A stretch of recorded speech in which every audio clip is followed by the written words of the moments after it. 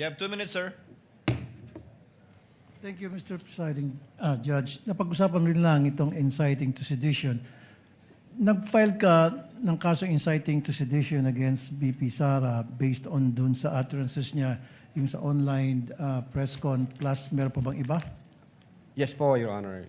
Yung basis ho namin, una, yung utterances in October 18, 2024. And then kinumpara ho namin siya sa utterances in November 23. Right. So, 2024. meron bang elements of sedition doon sa mga utterances niyo? Ang elements na ini-establish po namin, which is under the law, is whether or not the speeches would tend to steer the people against the government. So how would you know kung mag-steer yun ng uprising o magkukumbinsi sa mga tao na mag-alsamasa base doon sa utterances ng BP Sara? Yes, Your How Honor. did you know? If I may explain, sir. Pangalawa po, yung if the speeches would tend to disturb the peace of the community, and if the speeches would tend to undermine public safety and public So how would you know if it will tend to disturb or undermine the peace Yes, and Your order Honor. of the community? Paano mo malalaman? The fact ho Based na dun sa utterances niya. The fact ho na nag-issue ng statement yung mga government agencies tasked to protect national security, at ang sabi ho nila, that's an active threat, that's an issue of national security. So definitely na-disturb ho yung ating... How? Well, nag-alala ho ang nasa gobyerno. Kami ho, per se, yung sabi ko kanina, Nag-alala kayo o nag-alala yung mga taong bayan? Kasi iba yung nag-aalala kayo nasa gobyerno, kayo nag-imbestiga, versus nag-aalala yung nakarinig at yung mga at that time ay nagsusubaybay dun sa mga Yes po. sinasabi ng BP. Nag-alala po ang taong bayan, definitely. Kasi How? marami ho.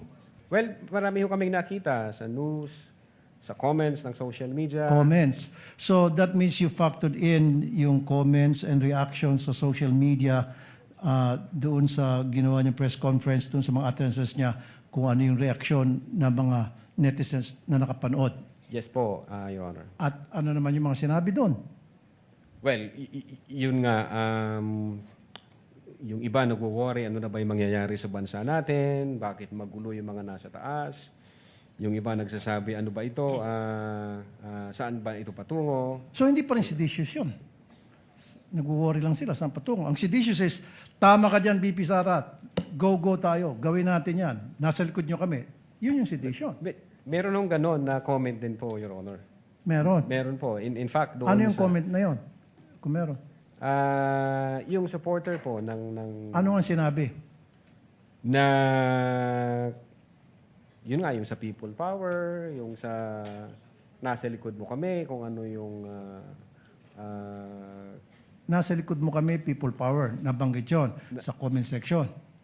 sa ano, Your Honor, sa during interview with the Vice President doon sa November 23, 2024. So meaning, binase mo, isa dun sa mga reasons kung bakit ka nagpa ng kasong sedition, BP Sara base sa kanyang utterances, dahil finactor in mo yung mga comments ng mga nakapanood. Yes, sir. Yung sinasabi mong supporters. Opo, yes, sir. Okay, kasi pag sinabi ng mga nagko-comments, nag-worry kami, I don't think nandun yung elements of sedition. Maliban na pag sinabi na nasa likod mo kami, let's do it, go. Well, Your Honor, Gagawin namin kung anong gusto mong gawin, things to that effect. opo. Was there? Were there meron na kami comments like those? meron na kami nakita sa mga Facebook comments, although hindi siya nasama, Na? hindi siya nasama dito sa investigation. At ano nga ulit, halimbawa? Yung mga Facebook comments, Your Honor, na nagsasabi, lusubin na natin ang Malacanang, tapos may ganun na sign. Lusubin na natin ang Malacanang. Yun yung comments ho sa Facebook, yung mga nagko-comment. At meron kang ebidensya tungkol dyan. Hindi mo to katang-isip lang. Kung babalikan ko po, yun nga po ang sabi ko during those Okay. times, siyempre nagbabrowse ho kami. Okay. Nga lamang, hindi namin naisama sa authentication. Your No further question, Your Honor. Thank you. Thank you, Senator Judge Raffy Tulfo. The Senate President is recognized. He has 2 minutes as well. Thank you, Mr. Presiding Officer. On the same topic on inciting to sedition, Attorney Lotak, meron ba kayong nakausap na mga tao na naniwala doon sa sinasabi ni Vice President Sara on inciting to sedition? Nakita ko kasi doon sa grave threats, marami kayong in the interview. Pero in this particular case, meron ba kayong at least man lang nakausap na mga tao, inimbestiga further kung talagang merong epekto yung kanyang mga sinabi? So far as the Cybercrime Division is concerned, Your Honor, hindi ko kami nakapag-focus dyan. Siguro ang pwede makasagot niyan, Your Honor, yung intelligence service po namin dyan sa issue po na yan. Hindi ko kami nakapag-focus dyan to conduct investigation on Isa people's para sa akin comments. kasi sa kabilang banda pwede ka magsalita pero sa kabilang banda may naniniwala ba sa'yo? So ang gusto kong malaman kung meron kayong nakausap na mga grupo o mga anyone o naimbestigahan nyo, naniniwala talaga doon sa kanyang pinagsasabi. I think ang makakasagot po niyan yung the intelligence service, yung director po namin, sir. Okay. Sa kanya po yung pool ng information ng. And then I believe na doon sa mga sinabi niya, nangyari rin ito doon sa 2-hour video. Tama po ba? Yes, sir. Opo. Pinatawag nyo rin itong may mga pinatawag kayong media personalities. Tinanong nyo ba sa kanila kung meron sa kanilang naniwala na itong mga sinabi ni Vice President ay inciting to sedition? Dapat naniwala ba sila na yung mga sinabi ni Vice President during the 2-hour video ay pinag-aalsa yung mga nandoon o naniniwala sila na yun ang tema ng kanyang sinabi? Not specifically na inciting to sedition. Ang mga comment nila doon is na-shock sila. May comment sila doon na nasa real battle mode na siya. May comment siya doon na totoo na to, seryoso na yung galit niya. Yun ho yung mga. Galit naman talaga siya, pero inciting to sedition ni mag-alsa. Meron ba Wala ganun silang- pong ganung comment during the Q&A portion, Your Honor. And just to, on a related question, Mr. Presiding Officer, inciting to sedition is serious rin. No? At kailangan din ito ng attention ng mga intelligence agencies natin. Meron ba kayong coordination with our iba't ibang intelligence agencies tulad ng National Security Council, ng PNP, ng NBI, not NBI, no, but ng ibang mga security intelligence agencies natin? Nag-coordinate ba ang NBI sa kanila? Kayo mismo nag-coordinate ba? Ang nag-uusap po dyan, Your Honor, is kasi intelligence matter yan. Ang nag-uusap po yan between intelligence service ng NBI, intelligence units ng AFP, intelligence department ng PNP. So nasa level po nila yon, sir. Katulad ng grave threats pagkukontrata, inciting to sedition, seryoso rito eh. Gusto ko malaman kung merong effort ang ginawa ang NBI para makipag-coordinate sa AFP, no? Sa PNP, dahil ito pinag-uusapan natin pag-aalsa o hinihimok mo mag-umalsa. No? Meron bang ganun na mga coordination na ginawa ang inyong opisina o ang NBI? Ang alam ko meron yan, pero nasa level na po yan, sir, ng intelligence service namin, Your Honor. Right. Thank you, Mr. Presiding Officer. Noted, entered into the records. We thank the distinguished Senate President. What is the pleasure of Senator Judge Ligarda?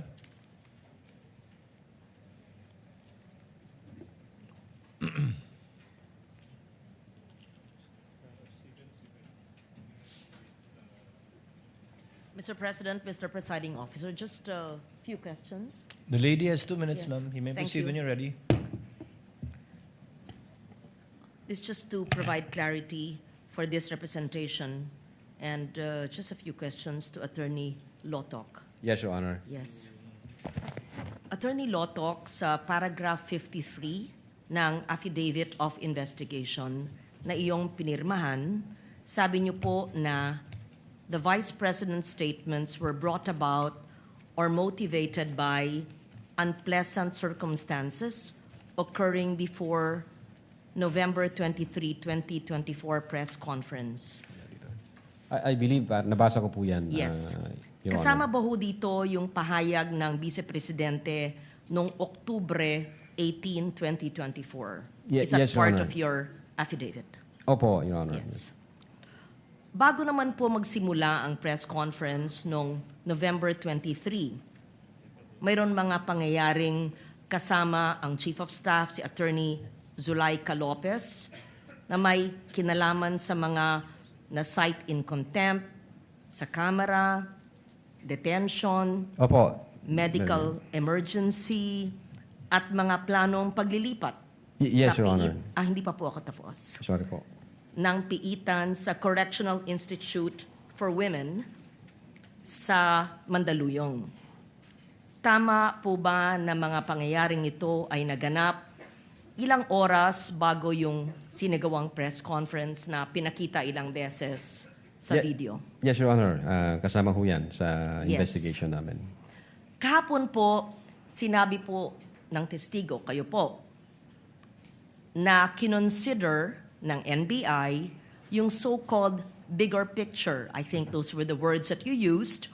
Sabi niyo pa, you put all the pieces of the puzzle together, in your own words. Yes, Your Honor. Yes. Para malinaw lamang sa impeachment court, trying to absorb everything, saan po yatang bahagi ng affidavit of investigation nakasaad yung mga factual findings ng NBI tungkol sa mga pangyayaring November 22 and 23 bago yung press conference? I was perusing the affidavit of the investigation and I could not find the detailed circumstances leading to November 23, where admittedly there was emotions like an emotional hyperbole or an outburst, but the events leading to the press conference. Saan po yun sa inyong affidavit? I think, Your Honor, nasa affidavit of transcription ho yan. I Transcribe po yan as I read it attachment. a few times. I could not see the detailed events leading to that, having mentioned the medical emergency, the transfers to the Correctional Institute for Women, and so that the person who will read the affidavit will have a accurate, factual, and complete appreciation of the events leading to the press conference. Ye- Perhaps your view, having been the person who filed the complaint, may have a different, perhaps, appreciation from my view because I find it somewhat incomplete. And that is just my comment on this because you clearly said you put all the pieces together.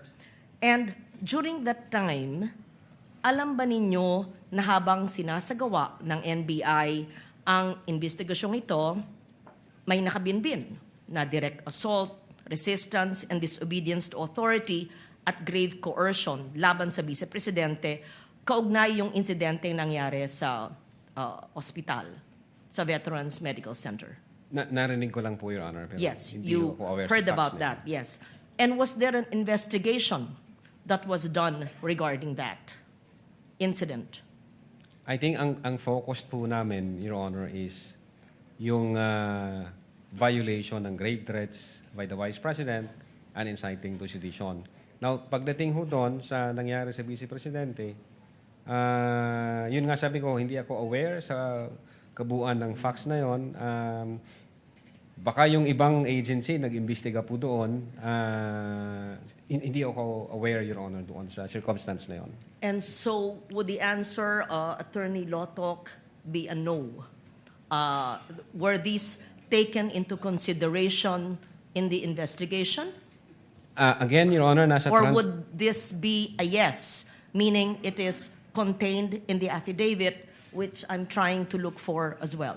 Nasa affidavit of transcription po yung nangyaring usapan during that time. Nag-execute ho ng affidavit of transcription ng agent on case, Your Honor. Actually, ilang beses ko po binasa yung affidavit, and what I see is there was a focus on the October 18. But on all the events on November 22 and 23, the detailed events leading to the emotional outburst did not seem complete. And that's what I'm trying to elicit from Attorney Loto, our witness, because when we say that we had considered the bigger picture and all the facts and circumstances leading to the cases of great threat and inciting to sedition that were recommended, we want to understand the whole process and the factual context in which it happened. Because if you are to take snapshots of events and focus on October 18 and the press conference, it can shock any person. However, if you see as well the events leading to the emotions and the detention of the Chief of Staff and the Vice President herself, iba pa yung kasong ito, iba pa yung nadetina, iba pa yung sinampang kaso at pinagsarahan ng pinto ng ambulansya, kaya nagkaroon ng kasong ganon. I tried to read the affidavit a few times and could not find such a comprehensive enumeration of facts by the NBI, and that's why, thus, this query. Pwede na po, Your Honor. Yes, please.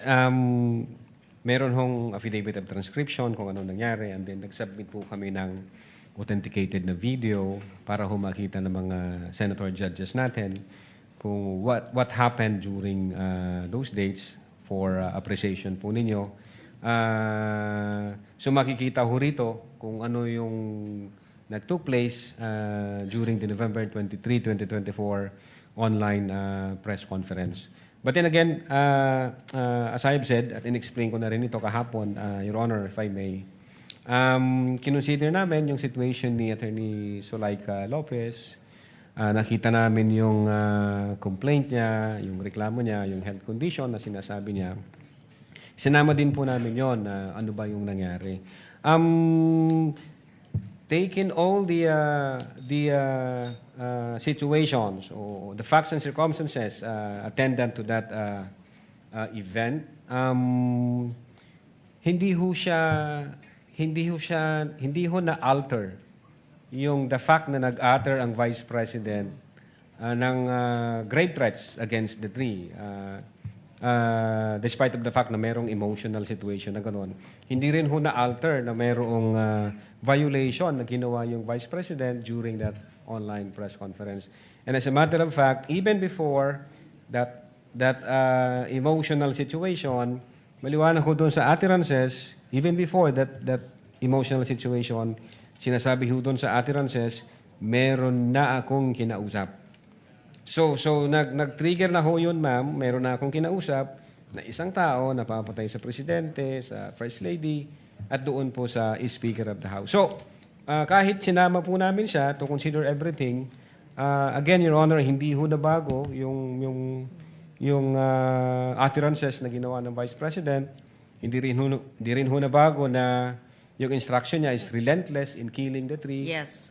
Attorney Lotok, what I've been trying to ask is not just the utterances which we've watched several times, but all the events leading to the utterances, and that is what I want.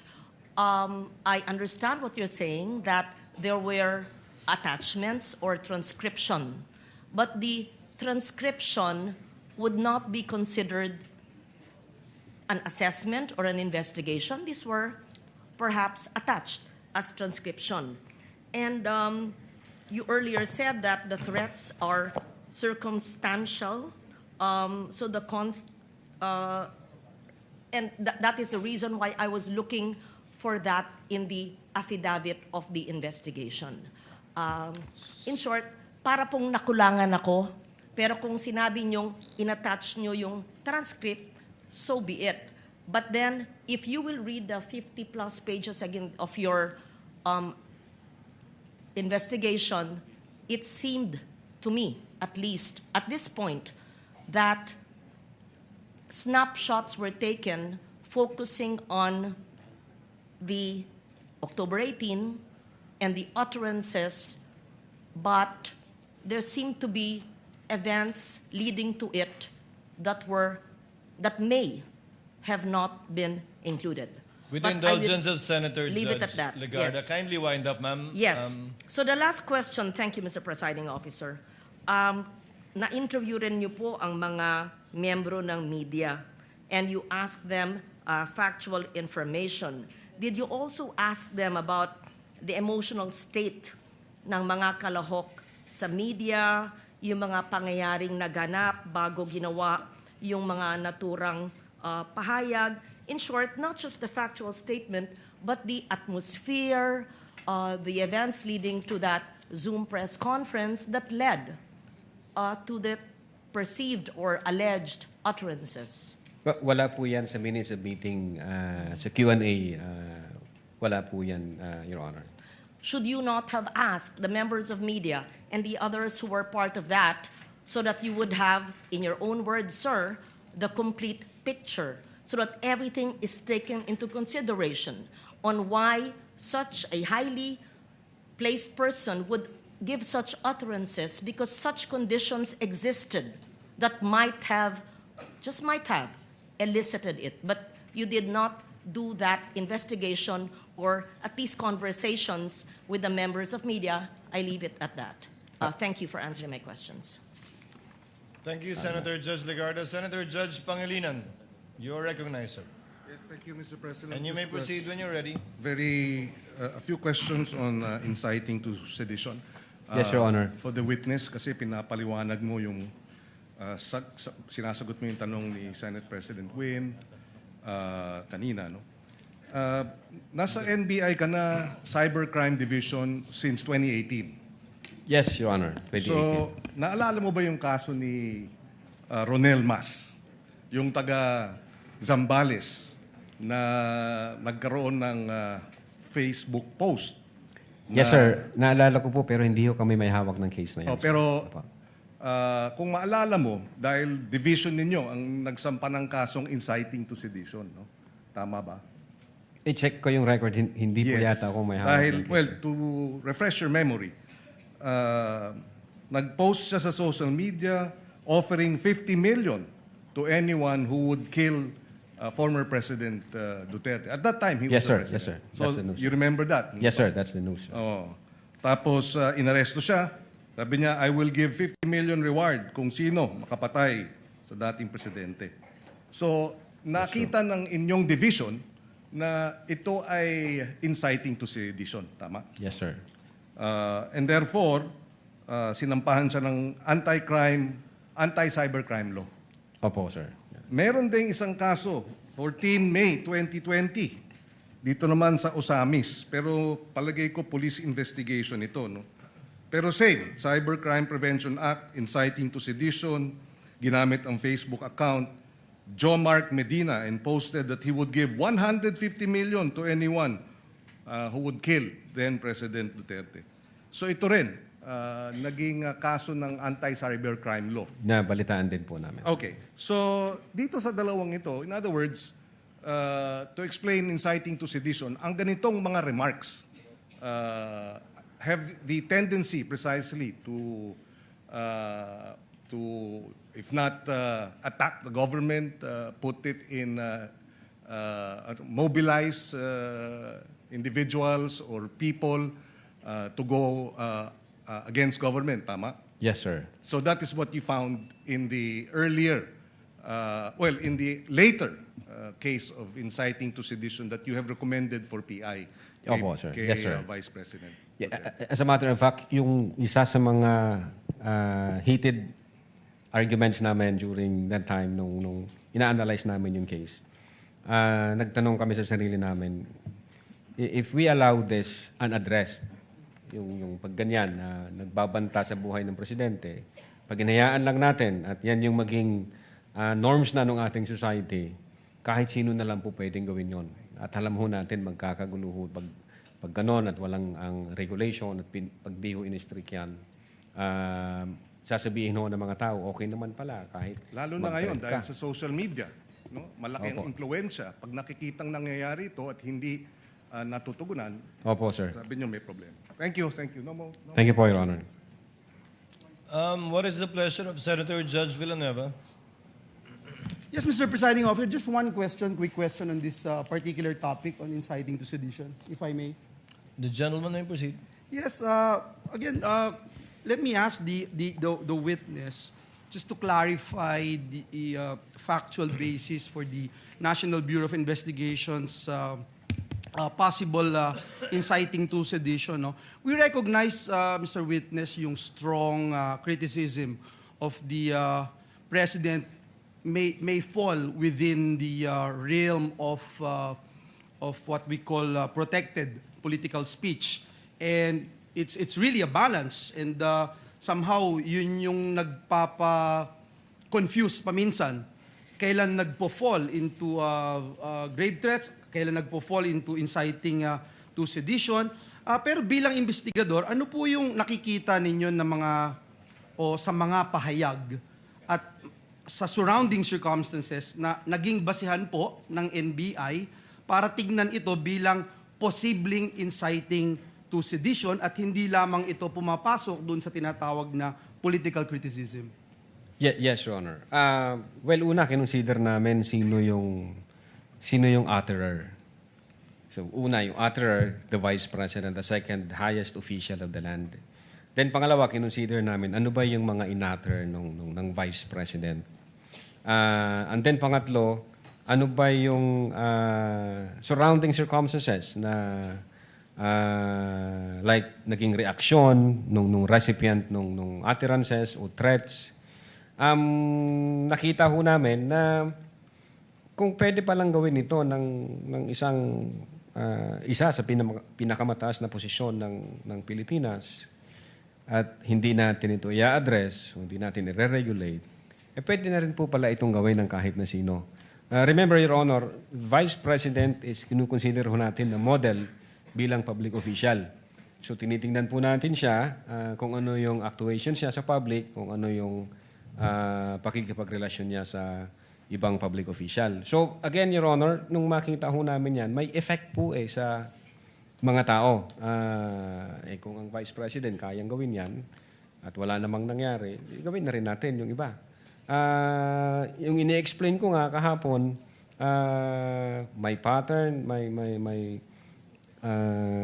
consistent siya, and the fact na bold yung mga statement, pupugutan ng ulo,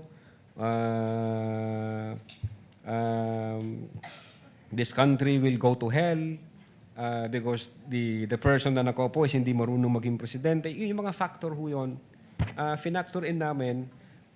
Pag nakita ito ng taong bayan at walang kilos na ginawa yung gobyerno, parang domino effect po yan, pwede na. So, sunod-sunod na. Alam naman po natin ang nangyayari sa social media. So, nakita namin na dangerous to, alarming siya. So, definitely, nung nag-imbestiga ng NBI at nakalap niya lahat ng kinakailangang ebidensya, yung findings po namin, kasama po doon yung inciting to sedition.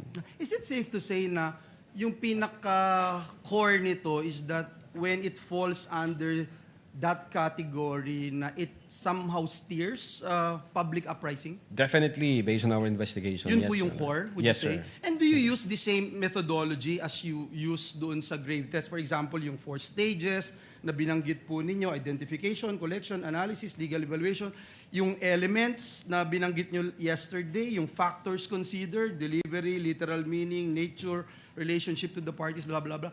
Ito ba? Yes, sir. Same? Opo, Same? kasama po yan sa analysis namin na ano yung epekto nito sa publiko pag ito yung naging norms na natin. So at this is hindi the natin same na ginamit po ninyo? Yes, sir. And last but not the least, Your Honor, Mr. Witness, for purposes of investigating itong inciting to sedition, may we clarify, because it was, I don't know if Senator Bongo made mention about this.